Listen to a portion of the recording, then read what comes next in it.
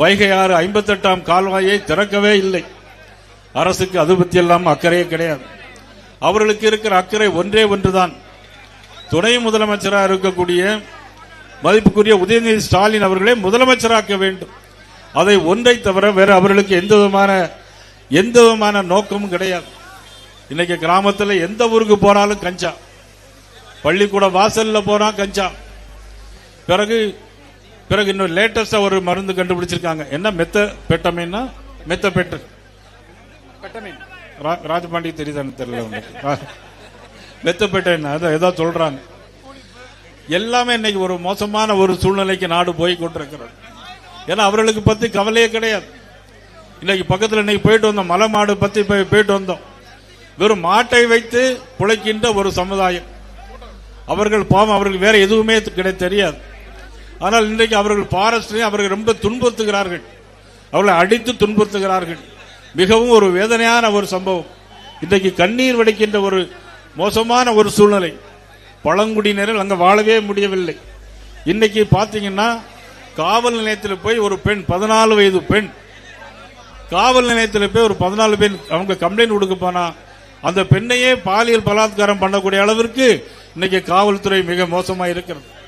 இன்னொரு காவல் நிலையத்தில் போய் தன்னுடைய அண்ணன் பிடிபட்டிருக்கிறாரே ஒரு தங்கை போய் அங்க என்ன நடந்தது என்று கேட்கிறதுக்கு போனால் அவர்களை ஜாதி பெயரை சொல்லி திட்டுகிற ஒரு மோசமான ஒரு சூழ்நிலை இன்றைக்கு காவல் நிலையத்தில்.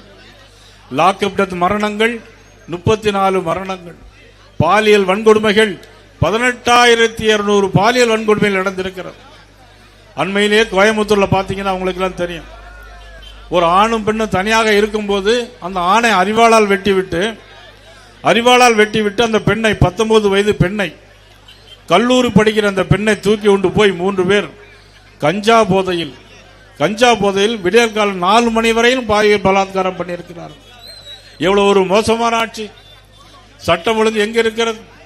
கடந்த வாரம் மட்டும் ஒரே நாளில் 4 பாலியல் பலாத்காரங்கள், 8 கொலைகள் தமிழ்நாடு முழுவதும். இவ்வளவு ஒரு மோசமான ஆட்சியை மாற்றி அமைக்க வேண்டும் என்பதற்காகத்தான் இன்றைக்கு தேசிய ஜனநாயக கூட்டணி இன்றைக்கு உருவாகி இருக்கிறது. எல்லா கிராமத்திலும் இன்னைக்கு கஞ்சா போதைப் பொருட்கள். இன்னைக்கு மோசமான ஒரு சூழ்நிலையில் நாடு போய் கொண்டிருக்கிறார்.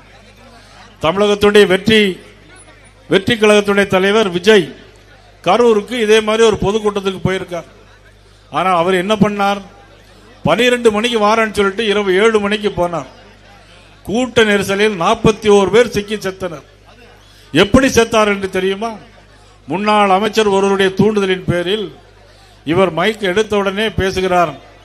பாட்டிலுக்கு 10 ரூபா, பாட்டிலுக்கு 10 ரூபா, பாட்டிலுக்கு 10 ரூபான்னு ஒரு பாட்டு பாடுறார். ஏற்கனவே ஒரு சினிமா நடிகர் தானே, நல்ல பாட்டு பாடுவார். 10 ரூபா பட்டுலாம் உங்களுக்கு எல்லாம் தெரியுமா? என்னன்னு தெரியுமா? யாரும் டாஸ்மாக் பக்கமே போலையா நீங்க? ஏன்னா இங்க நமக்கு தேவையில்லை. நீங்க திமுக கூட்டம் நடந்ததுன்னா அங்க டாஸ்மாக் கடையில் வியாபாரம் ஜாஸ்தியா நடக்கும். தேசிய ஜனநாயக கூட்டணி பக்கம் போனீங்கன்னா டாஸ்மாக்ல வியாபாரமே இருக்காது.